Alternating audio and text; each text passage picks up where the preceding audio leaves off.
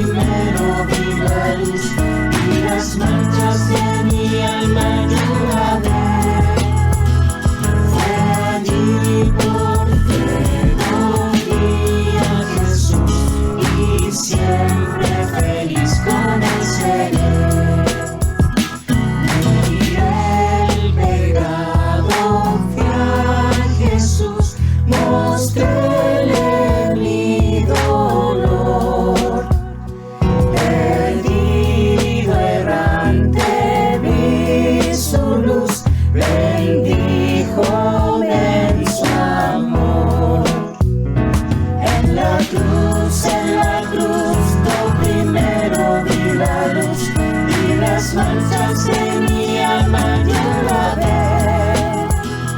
Fue allí por la fe, lo vi a Jesús y siempre feliz con él seré. En una cruz mi Salvador su sangre derramó. Por este pobre pecador a quien así salvó. En la cruz, lo primero vi la luz y las manchas de mi alma yo la ve. Fue allí por la fe, lo vi a Jesús y siempre feliz con él seré. Aunque él se fue, conmigo está el gran Consolador. Por él entrada tengo ya al reino del Señor. En la cruz, lo primero vi la luz y las manchas de mi alma yo la ve. Fue allí por la fe, lo vi a Jesús y siempre feliz con él seré.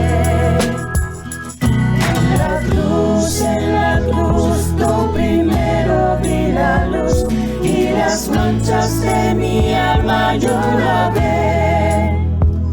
Fue allí por la fe, lo vi a Jesús y siempre feliz con él seré.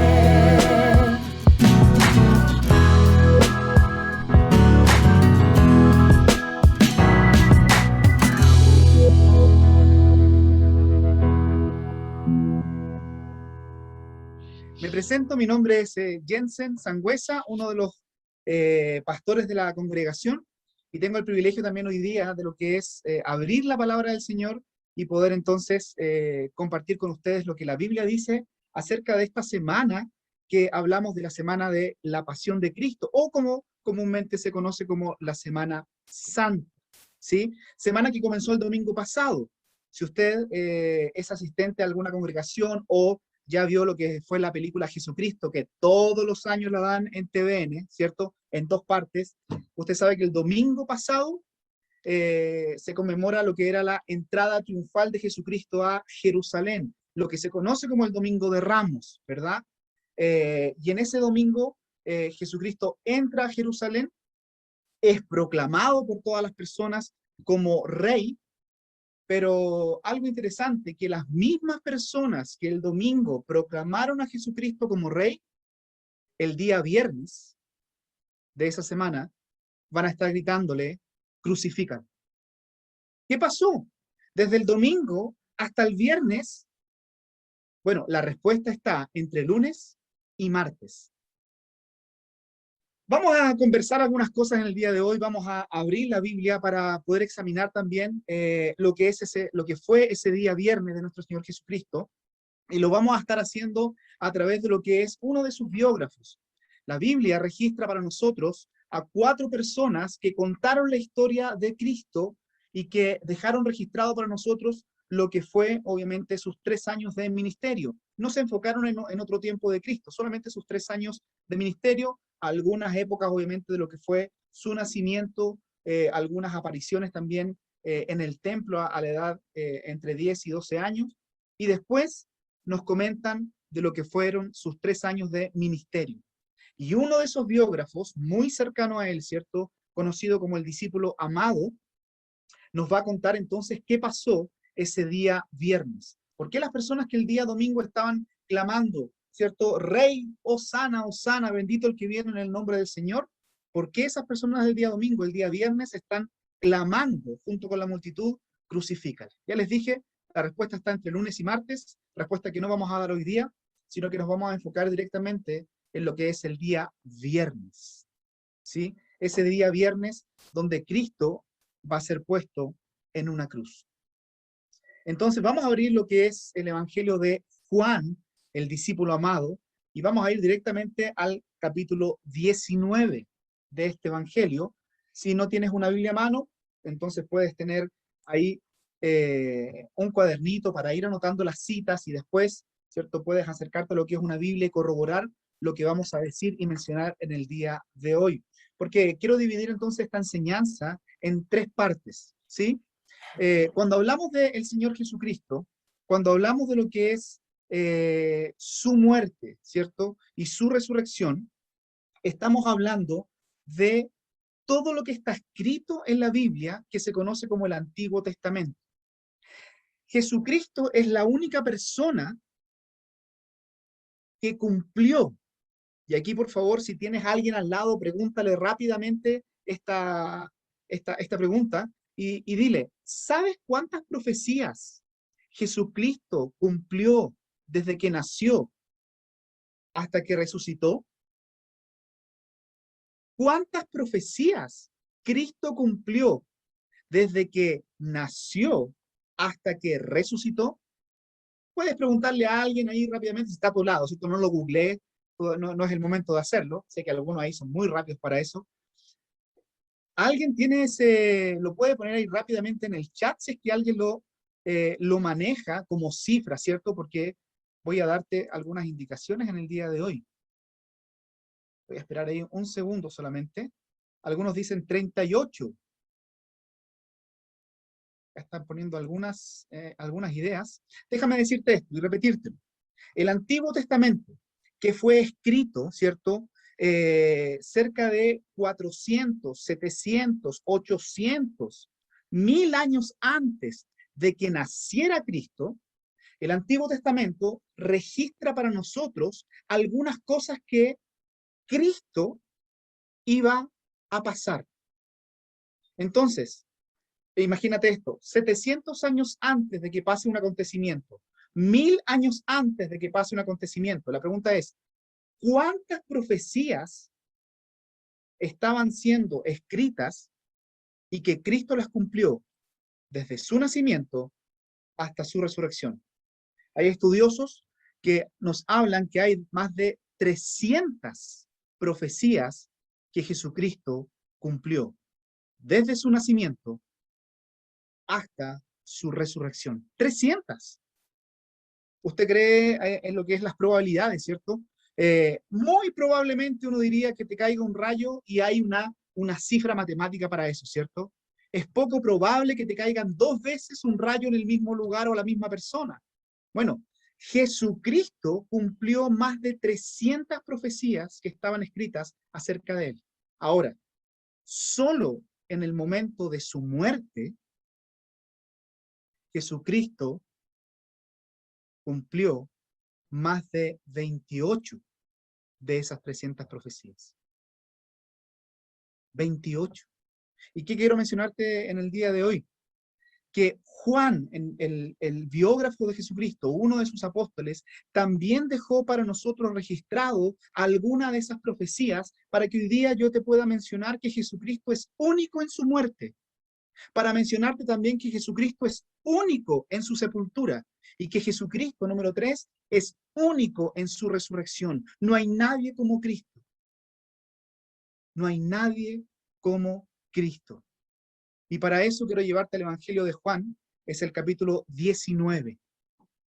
Juan, capítulo 19. donde se nos cuenta, ¿cierto?, por este biógrafo, lo que ocurrió desde que Jesucristo fue juzgado, que fue el juicio más corto en la historia que tenemos registrado, por lo menos aquí en la Biblia. No más de 2 horas y media duró ese juicio. Cortísimo, ¿cierto? Breve. Y la sentencia, crucifícalo. Entonces, en Juan capítulo 19, ¿cierto?, se nos va a introducir una de las cosas que Juan está interesado dentro de lo que es de su evangelio.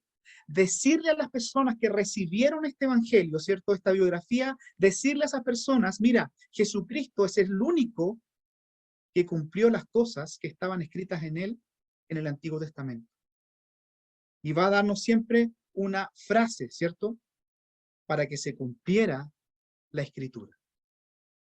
Porque Jesucristo fue único en su muerte. Pregunta, ¿le temes a la muerte?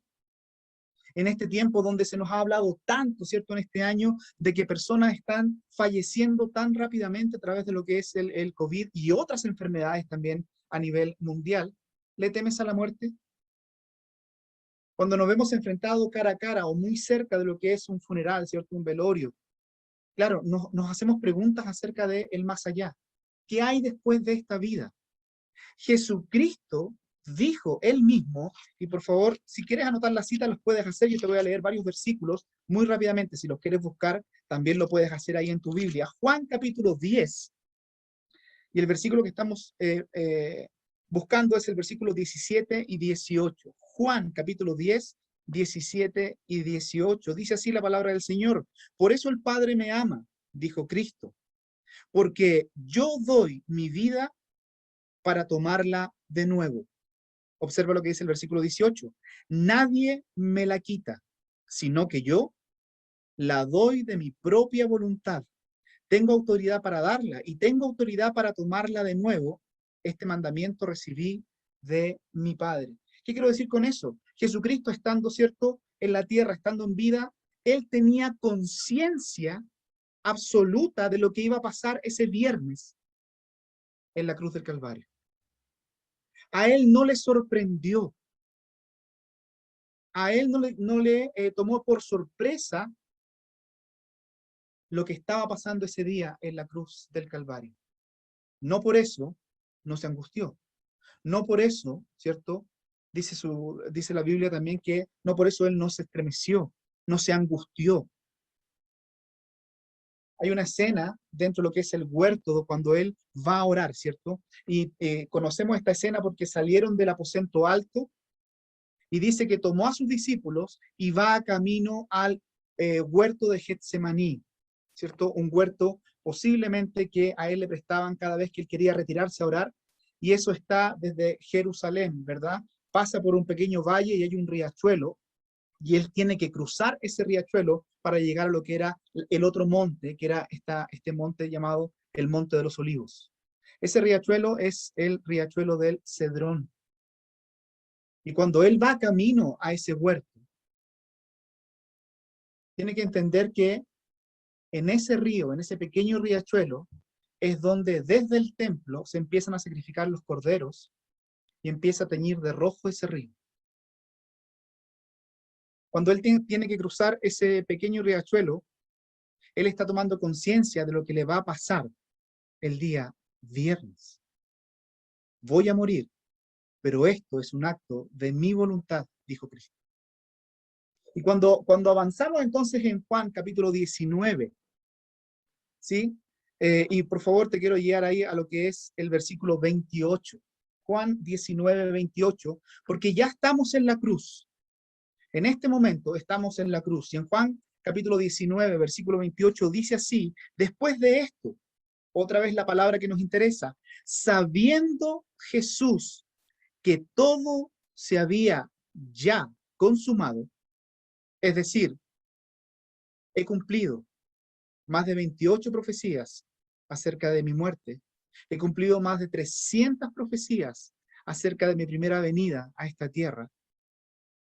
Y nos agrega Juan, para que se cumpliera la escritura. ¿Cuál escritura? La del Antiguo Testamento, estas profecías. Dijo, tengo sed. Tuvimos una reunión hace poco donde expliqué por qué Jesucristo tuvo sed en ese momento, y no hay que ser muy experto para darse cuenta que la condición de Cristo, con la cantidad de pérdida de sangre que Él tiene, le hace en ese momento una condición física, que lo dijimos en ese momento, es una condición que se llama hipovolémica. Hay un bajo volumen de sangre. ¿Por qué? Los látigos en su cuerpo desgarraron la piel, desgarraron los músculos y empezó el sangramiento. La corona de espinas, los clavos en sus manos y en sus pies, hizo que la sangre de Cristo, ¿verdad?, fuera bajando en cantidad, en volumen. Y para las personas que conocen, obviamente, de medicina, cuando baja el nivel de sangre en el cuerpo, el corazón trata de hacer un esfuerzo máximo en bombear mucho más rápido para poder tener sangre circulando, sangre que ya no existe. Comienzan los riñones a dejar de funcionar porque tratan de guardar la mayor cantidad de agua, ¿cierto?, en el cuerpo, no la filtran. Y comienza lentamente tu sangre a ponerse mucho más ácida. Es decir, comienza una pequeña asfixia, y luego de eso, y tenemos en el versículo 28, sabiendo que todo se había ya consumado, para que se cumpliera la escritura, dijo, tengo sed. ¿Qué nos dice el siguiente versículo? Había allí una vasija llena de vinagre. Colocaron pues una esponja empapada del vinagre en una rama de hisopo y se la acercaron a la boca. Jesucristo ya estaba a punto, ¿cierto?, de entregar este sacrificio por la humanidad, de entregar su cuerpo. Él conocía que el corazón estaba latiendo mucho, mucho más fuerte con cada latido. Él sentía que llegaba el momento oportuno para exclamar lo que aparece en el versículo 30. Entonces Jesús, cuando hubo tomado el vinagre, dijo, consumado es. Desde muy joven tenía un pastor en la congregación que era muy expresivo, y cuando llegaba este versículo, ese pastor, él decía, tienes que entender que con el último suspiro, con la última gota de aliento, ¿cierto?, que él pudo inspirar, es decir, como estaba colgado, ¿verdad?, él tiene que hacer un esfuerzo con todo lo que es su cuerpo, tratar de alguna forma apoyarse en sus pies, en sus rodillas, poder elevar lo que es el tronco para poder respirar de alguna forma y decir estas palabras. ¿Te imaginaste la escena? Consumado es. Y es una palabra técnica en el griego. Es una palabra legal. Y Jesucristo dijo, consumado es. Es una palabra que dice, la deuda ha sido pagada. ¿Cuál deuda? Bueno, Cristo está puesto en esa cruz. Cristo está puesto en ese madero porque usted y yo teníamos una deuda pendiente con Dios. Deuda que no podemos pagarle. Deuda que no tenemos la capacidad de poder decirle a Dios, mira, te entrego esto para que nuestra deuda sea saldada. La Biblia dice que esa deuda es la deuda del pecado. La Biblia dice que la paga de ese pecado es la muerte. Pero Jesucristo exclamó estas palabras con su último aliento en la cruz del Calvario y dijo, tetelestai es la palabra en griego, consumado es. La deuda ha sido pagada. ¿Cuál deuda? La que la humanidad tenía con Dios. Y solamente a través de Cristo esa deuda puede ser cancelada. Por eso que es único en su muerte, porque su muerte tenía un propósito: pagar la deuda de mi pecado, de su pecado. Y con esas palabras nos dice el Evangelio de Juan, e inclinando la cabeza, ¿cierto? Hermosas palabras que dice Juan, entregó el Espíritu. Otra forma de decir, Él ha muerto. Voluntariamente. Él sabía exactamente lo que iba a sufrir desde el jueves en la noche y durante todo el día viernes. Él sabía que iba a ser puesto en una cruz. Él sabía que su muerte iba a ser rápida. pero tenía un propósito: cancelar la deuda del pecado que usted y yo teníamos. Cuando Él hizo eso, de derramar su sangre preciosa en la cruz del Calvario, le dijo al Padre: la deuda ha sido pagada, ahora pasó de muerte al estado de separación con Dios. Entonces, cuando entendemos, ¿cierto?, que Jesucristo está ese día viernes en lo que llamamos, ¿cierto?, o lo que llaman también algunos autores, un calendario divino. No hay nada que no haya sido cumplido en el momento exacto. Por eso que ustedes en las Escrituras, en lo que son los evangelios, en estos biógrafos, esas personas a cada momento le van a decir: para que la Escritura se cumpliera, para que lo que estaba escrito antiguamente se cumpliera al pie de la letra. Los judíos, ¿cierto?, como nación, tenían una tradición. Todos los años, el día 14 del mes de Nisán, lo que para nosotros, ¿cierto?, ahora es Semana Santa o la Pascua, todos los 14 de Nisán, del mes de ellos, ¿verdad?, ellos tenían que sacrificar un cordero, sin mancha, sin defecto. Tenían que haberlo escogido algunos días antes. Tenían que vivir con ese corderito en lo que era su casa, y luego presentarlo a lo que era el templo, para que el sacerdote pudiera degollar a ese cordero y que toda su sangre pudiera ser derramada. Eso tenía que ocurrir, dice la Biblia, entre las 2 tardes, aproximadamente a las 3 de la tarde. ¿Sabe a qué hora murió Jesucristo en la cruz del Calvario? La Biblia registra para nosotros la hora exacta de su muerte. A la misma hora en que los corderos estaban siendo sacrificados en el templo, ocurre lo que usted está leyendo en Juan capítulo 19, versículo 30. Consumado es, e inclinando la cabeza, entregó el Espíritu. Porque hay un calendario divino que Jesucristo estaba siguiendo al pie de la letra. Y es tan exacto lo que se describe para nosotros, por favor, el versículo 31 de Juan capítulo 19. Los judíos entonces, como era el día de preparación para la Pascua, ¿verdad?, donde ellos sacrificaban al cordero pascual, que estaba siendo sacrificado también ahí en el templo los corderos, ellos tenían que comer la carne de ese cordero. ¿Y qué dice? Los judíos entonces, como era el día de preparación para la Pascua, a fin de que los cuerpos no se quedaran en la cruz el día de reposo, entre paréntesis dice, porque ese día de reposo era muy solemne, tuvieron que pedirle algo al que había matado, supuestamente, ¿cierto?, a Jesucristo, que eran los romanos. Te queremos pedir un favor. Necesitamos que saques a esas personas que están colgando ese día en la cruz, Jesucristo y los 2 ladrones. Queremos que los saques, porque no podemos, según nuestra tradición, y déjame leerte un texto rápidamente, según nuestra tradición, dice Deuteronomio capítulo 21, versículo 22, y si un hombre ha cometido pecado digno de muerte, y se le ha dado muerte y lo has colgado de un árbol, su cuerpo no colgará del árbol toda la noche, sino que ciertamente lo enterrarás el mismo día, pues el que es colgado es maldito de Dios, para que no contamines la tierra que el Señor tu Dios te da en heredad. Entonces los judíos querían tratar de sacar a esos condenados, ¿cierto?, antes de que comenzara la Pascua. Y aquí se cumple otra profecía más acerca de nuestro Señor Jesucristo una vez que Él muere. Versículo 32. Fueron pues los soldados y quebraron las piernas, obviamente, del primero, ¿cierto?, el primer condenado que estaba al lado de él. ¿Por qué? Porque tenían que morir rápidamente.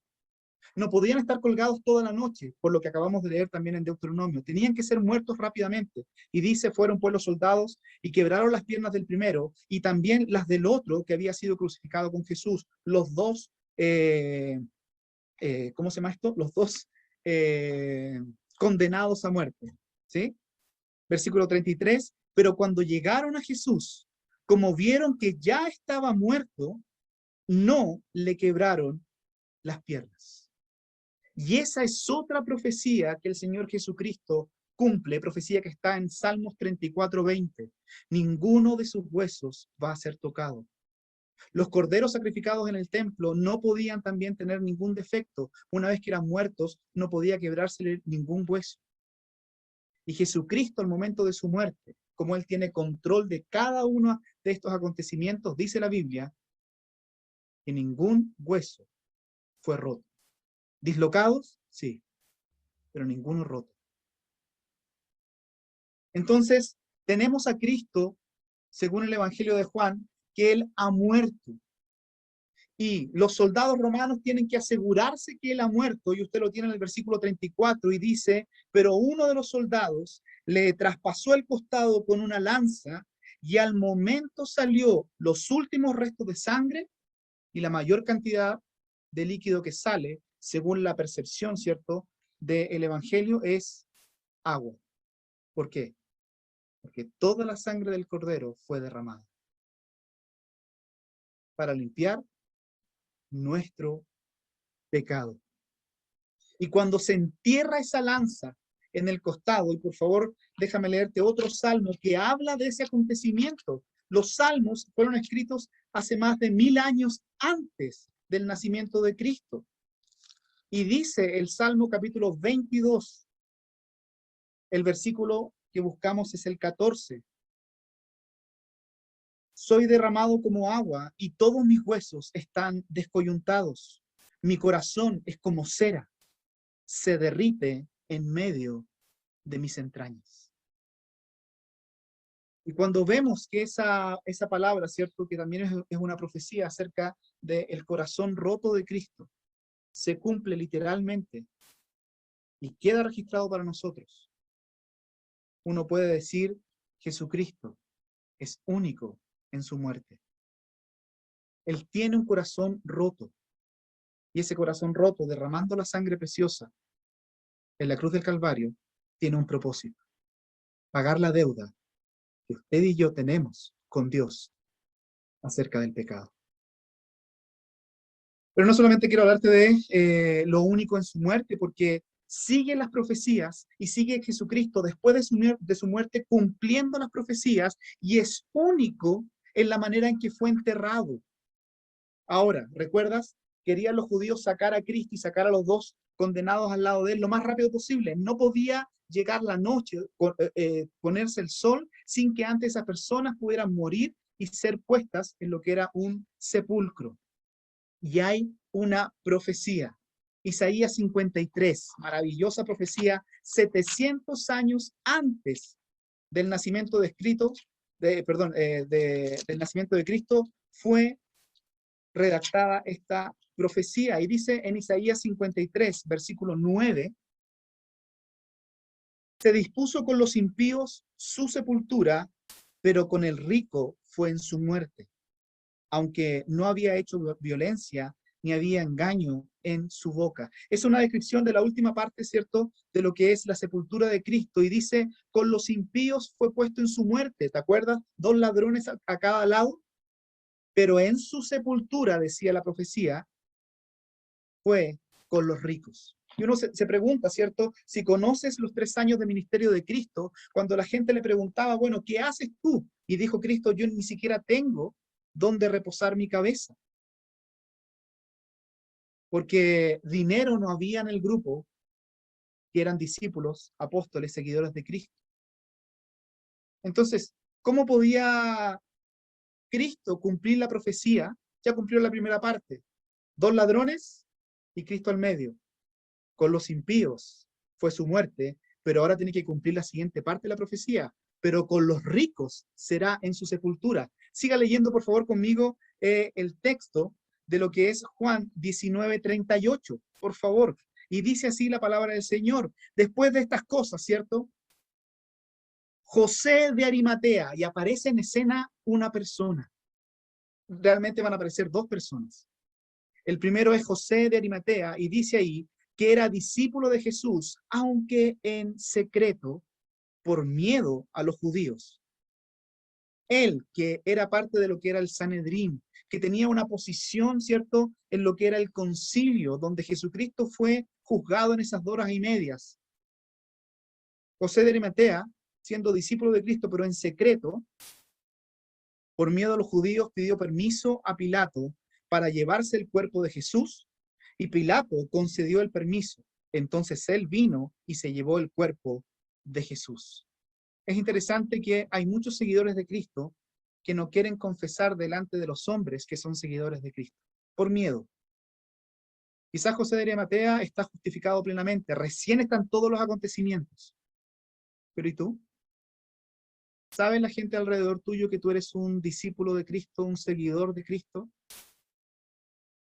Aparece en escena una segunda persona, José de Arimatea, una persona de influencia, ¿cierto? De una escala social que podríamos llamarla rico. Y aparece en escena un segundo hombre que ya había tenido una conversación que está registrada para nosotros en Juan capítulo 3, versículo 39, dice ahí de Juan 19, y Nicodemo, el que antes había venido a Jesús de noche, vino también trayendo, y por favor observa esto que Juan nos dice, que si lo interpretamos de una manera, son mucho dinero puesto acá.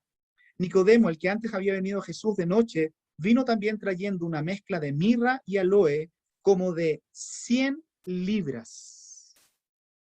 Y uno dice, ¿cuánto costará? ¿Cuánto será? Si usted lo traduce a kilos, y tiene que entender que si estas especies, ¿cierto? Aromáticas, van a poder cubrir todo el cuerpo de Cristo. Hay más de 30 kilos de especies que van a ponerse en el cuerpo de Cristo, más todo lo que son los linos, que dice el versículo 40, entonces tomaron el cuerpo de Jesús y lo envolvieron en telas de lino con las especies aromáticas, como es costumbre sepultar entre los judíos. Por favor, déjenme añadir esto. Judíos que tienen el dinero para comprar 30 kilos de especies aromáticas y telas de lino que alcancen a envolver todo el cuerpo. Tenga por seguro que los dos ladrones que murieron al lado de Cristo fueron descolgados una vez que le quebraron las piernas, ¿cierto? Fueron descolgados y lo más probable que fueron echados a la fosa común, de donde se quema la basura ahí en el Valle del Cedrón. Pero Cristo tuvo personas que contribuyeron y se cumple la profecía, pero con los ricos será en su sepultura. ¿Qué más nos dice el versículo 41? En el lugar donde fue crucificado había un huerto, y en el huerto un sepulcro completamente nuevo, en el cual todavía no habían sepultado a nadie. Único en su sepultura, único en lo que es su entierro. Y eso nos da a demostrar nuevamente, ¿verdad?, que Jesucristo está cumpliendo cada una de las profecías que se habían hablado acerca de él, en su muerte, en su entierro.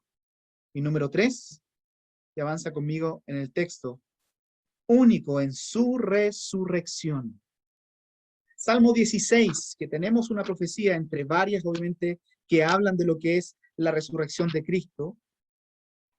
El Salmo 16, el texto que buscamos es el versículo 9.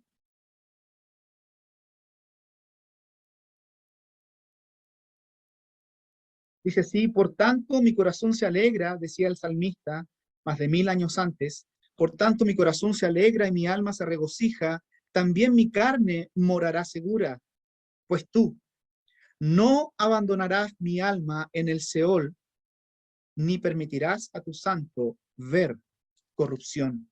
Una profecía que se va a cumplir al pie de la letra, donde nosotros vamos a tener a Cristo. Juan capítulo 19, por favor, volviendo ahí a ese texto, vamos a tener lo que nos dice Juan capítulo 20, el versículo que buscamos es el 1. Y el primer día de la semana, ya llegamos al día domingo. Varias personas han preguntado también en los chats o cuando tuvimos esa conversación acerca de los días, ¿cierto?, de Jesucristo. Tiene que entender un hecho bien interesante. ¿Qué día y a qué hora tienen que ser sacrificados los corderos para la Pascua? Muy bien, sé que ya tienen la respuesta, ¿cierto? Según nuestros días aquí estamos calculando, es el día viernes a las 3 de la tarde. Solamente como un dato anexo, pero Jesucristo comió la Pascua el día jueves. Si quieres saber por qué razón hay esa concesión de que Cristo coma la Pascua con sus discípulos el día jueves, y vemos también el día viernes, ¿cierto?, donde realmente hay que sacrificar a los corderos, me escribes, me mandas un chat, me mandas un WhatsApp, y claramente nos podemos conectar y te explico por qué razón pasó eso. Pero a las 3 de la tarde del día viernes, Jesucristo murió. Y los judíos tenían la costumbre de contar, aunque fuera un periodo corto, ¿sí?, como un día completo. Por lo tanto, Jesucristo muere el día viernes, es enterrado, ¿cierto?, el viernes en la noche, antes de que se ponga el sol. Está en la sepultura todo el día sábado, y en la mañana, dice el versículo 20, recuerde que se escribió esta narración mucho después de los hechos que hayan ocurrido, ¿verdad? Entonces para nosotros ya es claro, y dice el primer día de la semana, y eso corresponde a día domingo.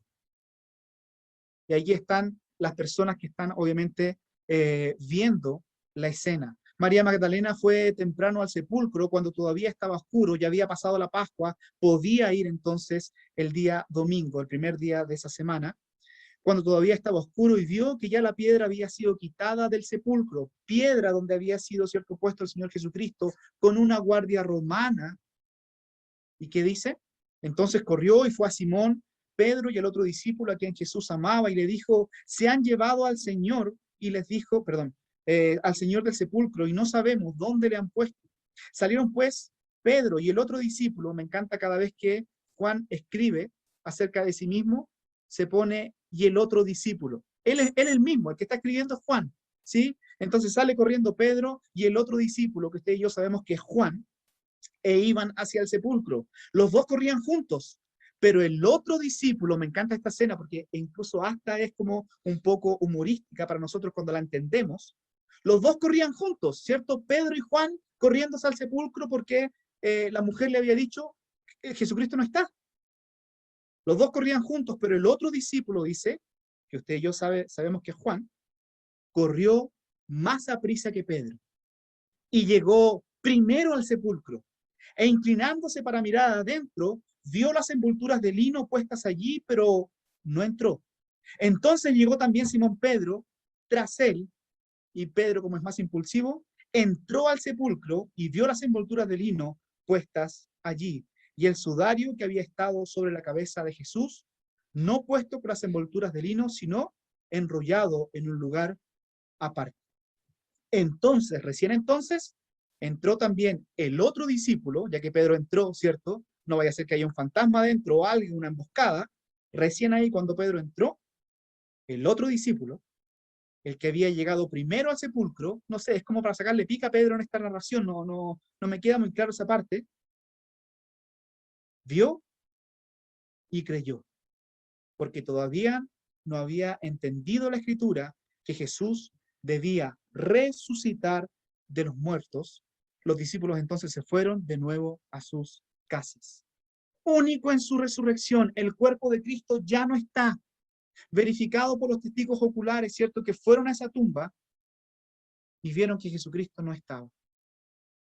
Para nosotros es importante entender que si Jesucristo murió literalmente, que su cuerpo, ¿cierto?, dejó de funcionar, dejó de respirar, no como la teoría que habla de que Jesucristo en la cruz del Calvario se desmayó, y cuando fue sacado de esa cruz y puesto en la tumba, por el frío, ¿cierto?, la humedad, el cuerpo reaccionó, de alguna manera corrió la piedra del sepulcro, salió caminando, y cuando los discípulos fueron a verlo, ya no estaba.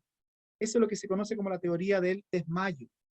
Tiene que entender que con toda la pérdida de sangre que Jesucristo tuvo, los latigazos, los clavos, la corona de espinas y el sufrimiento en la cruz, un hombre no va a quedar en condiciones de salir de ese sepulcro, menos con la fuerza suficiente, ¿cierto? Mover una piedra del sepulcro, salir caminando y decirle a las personas: he vencido a la muerte. No, porque en la condición de un moribundo, nadie podría decir: ¿sabes qué? Esa persona venció la muerte. No. Jesucristo literalmente, al tercer día, dice la Escritura, Él resucitó. Él venció la muerte. Él pudo darnos la garantía de que todo lo que estaba escrito acerca de Él fue verdad. Deja quedarme con las palabras de lo que dice el mismo hombre que está contándonos para nosotros, ¿cierto?, la historia, en el versículo 28. Entonces entró también el otro discípulo, Juan, el que había llegado primero al sepulcro, y vio y creyó. Porque esa es la importancia de lo que es la muerte, la sepultura y la resurrección de Cristo. No es simplemente una historia para contarnos algo acerca de un buen hombre. La importancia de la muerte, sepultura y resurrección de Cristo es que la deuda del pecado ha sido pagada y usted y yo tenemos que hacer y dar un paso que se llama creer. Mira cómo lo expresa, por favor, el mismo biógrafo, pero los primeros capítulos de su evangelio. Juan, capítulo 1, cuando empieza a contarnos desde su perspectiva la historia de Cristo, nos dice en Juan, capítulo 1, el versículo que andamos buscando es el versículo, bueno, déjame leer del 9, pero quiero llegar al 12. Existía la luz verdadera que, al venir al mundo, alumbra a todo hombre. En el mundo estaba y el mundo fue hecho por medio de él, y el mundo no le conoció. A los suyos vino, pero los suyos, las personas, no le recibieron. Versículo 12. Pero a todos los que le recibieron, les dio el derecho de llegar a ser hijos de Dios, es decir, los que creen en su nombre. ¿Sabes que creer está muy ligado, como dice el texto, a recibir? La deuda fue pagada, pero si usted y yo no recibimos ese pago, y póngase la imagen, por favor, muy sencilla de esto. Imagínese que usted en este tiempo de pandemia se endeudó y se endeudó por la razón que sea en este tiempo de pandemia y tiene una deuda económica de más de 100 millones de pesos. ¿Sí? Estoy exagerando la cifra para que usted entienda que es una cantidad enorme de dinero que usted no puede pagar. ¿Qué hago? ¿Trabajo más? No me alcanzaría. Estaría pagando toda mi vida esa cantidad de plata. ¿Qué hago? Y viene alguien y le dice, ¿sabes qué? Voy a dejar en tu mesa un cheque por 100 millones de pesos. Lo único que tú tienes que hacer es ir al banco, cobrarlo, y la deuda va a ser pagada. ¿Qué harías tú si tienes una deuda tan grande? Tú podrías decir, ¿sabes qué? Yo creo que esa deuda va a ser pagada con ese cheque, pero si no lo recibes, si no lo tomas, si no lo haces tuyo, esa deuda nunca va a ser efectiva. Tienes que ir a cobrar ese pago que fue hecho por tu deuda. En la cruz del Calvario, Jesucristo hizo exactamente lo mismo. El pecado que mora en nosotros, lo que pensamos, lo que decimos, lo que hacemos, es una deuda tan grande que no me permite tener una relación personal con Dios. Que el día que yo muera, dice la Biblia, no yo, voy a estar separado eternamente de Dios. Pero Jesucristo en la cruz del Calvario pronunció esas palabras. La deuda fue pagada. Consumado es. ¿Qué tengo que hacer yo ahora? Recibir ese pago y creer en mi mente y en mi corazón de que Jesucristo es suficiente para pagar la deuda de mi pecado. ¿Tan fácil es? No, nunca ha sido fácil, porque le costó la vida a Jesucristo. Nunca pagar una deuda es fácil. ¿Pero sabes que alguien tiene que pagar esa deuda? Para los que tenemos un auto, y estuvimos hablando ayer justamente con una vecina que nos dijo a la pasadita, en lo ajeno reina la desgracia, ¿cierto? ¿Conoce ese dicho? Entonces póngase esta escena, que usted tiene un auto 0 kilómetros, comprado recién, es su joyita, ahorró y se compró su tocomocho, ¿cierto? Su auto, perfecto. Y viene un amigo y le dice, ¿me prestas tu auto? Necesito hacer una diligencia rápidamente. Y tú, como eres buen corazón, ¿qué dijiste? Sí, te presto mi auto, ahí están las llaves. Y el hombre fue, ¿cierto?, a lo que es su diligencia, y sin darse cuenta se le atravesó un poste de la luz y le pegó el chancacazo al auto recién comprado. ¿Sí? ¿Sabes que alguien tiene que hacerse cargo de esa deuda? Y tenemos algunas opciones, ¿o no? ¿Esa deuda te haces cargo tú? ¿Esa deuda se hace cargo él? ¿Se ponen de acuerdo los dos y cancelan la deuda del auto, pero todavía queda la deuda del poste de luz, ¿cierto? ¿Quién se va a hacer cargo de esa deuda? Sabes que nosotros en nuestra vida se nos dio un regalo maravilloso que es tener vida. Pero esa vida la hemos chocado tantas veces a través de lo que es el pecado. Y el pecado, dice la Biblia, que trae una consecuencia. Y esa consecuencia es un pago. La Biblia dice, no yo, que ese pago es la muerte. Alguien tiene que pagar esa deuda, ese choque. Bueno, Jesucristo vino a la tierra con ese propósito. Murió en la cruz del Calvario, fue puesto en la tumba, resucitó al tercer día para que tú y yo podamos recibir el regalo que Jesucristo nos quiere dar. ¿Cuál es ese regalo? El perdón de nuestros pecados. Y que puedas vivir una vida sin deuda. Es más, a tal punto que cuando partamos de esta tierra, podamos vivir para siempre, en la eternidad, con nuestro Dios. ¿Qué vas a hacer hoy día? ¿Qué vas a hacer con el regalo que Jesucristo pagó en la cruz del Calvario?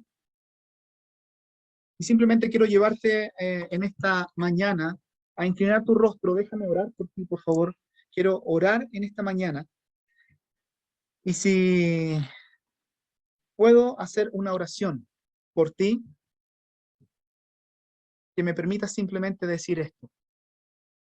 Padre Celestial, en esta mañana rogamos que tu palabra pueda ser el medio por el cual las personas hoy día podamos reconocer que tenemos una deuda que no podemos pagar, pero que Jesucristo, dice tu palabra también, es el único mediador entre Dios y los hombres capaz de poder cancelar completamente la deuda del pecado.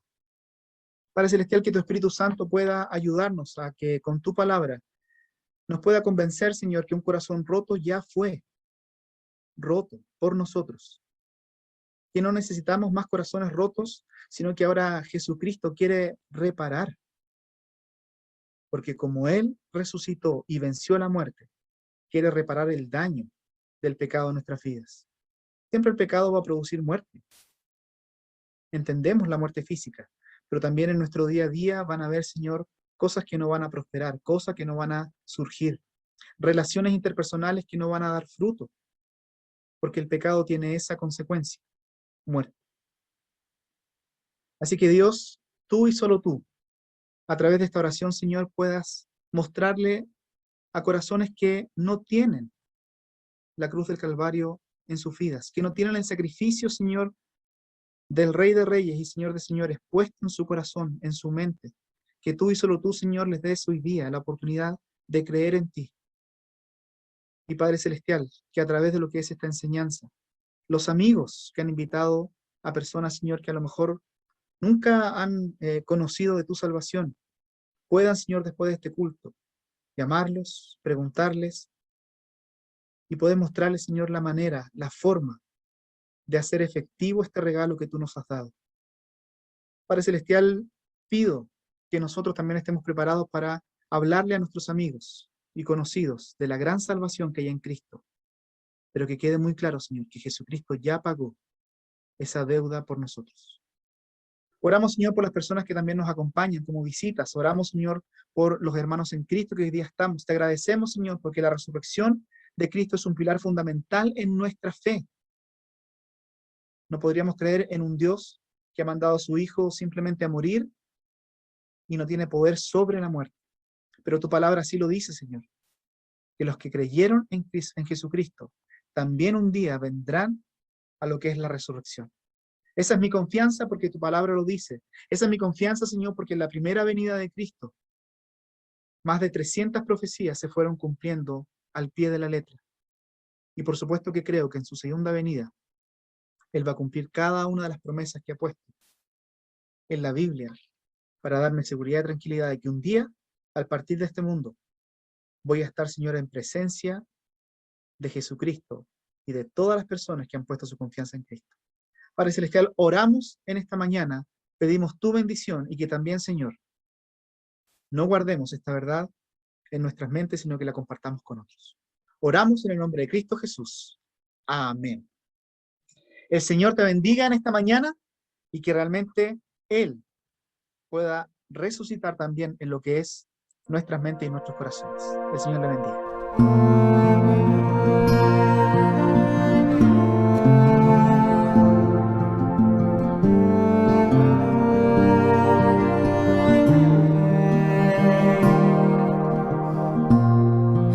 La luna entristeció, el sol se apagó, cayó el Salvador del mundo.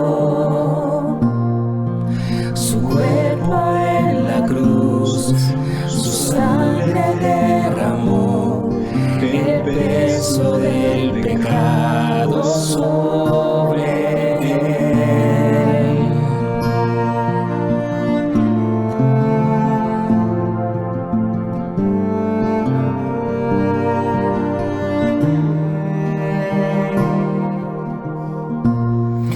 Al final él suspiró y el cielo lo ignoró. El Hijo yace en tinieblas. La guerra en el Seol, la muerte derrotó. El infierno fue al fin vencido. La tierra retomó, la piedra él quitó, su amor perfecto siempre vencerá. El Rey resucitó, la muerte derrotó, ganando la victoria. Por siempre a él la gloria es, por siempre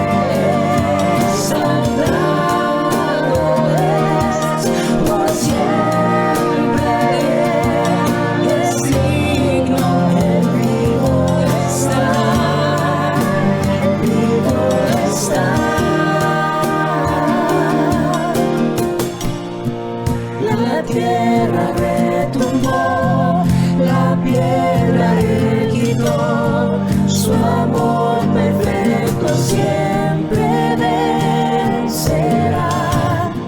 El Rey resucitó, la muerte derrotó, ganando la victoria. Por siempre a él la gloria es, por siempre exaltado es, por siempre es digno, el vivo está, vivo está.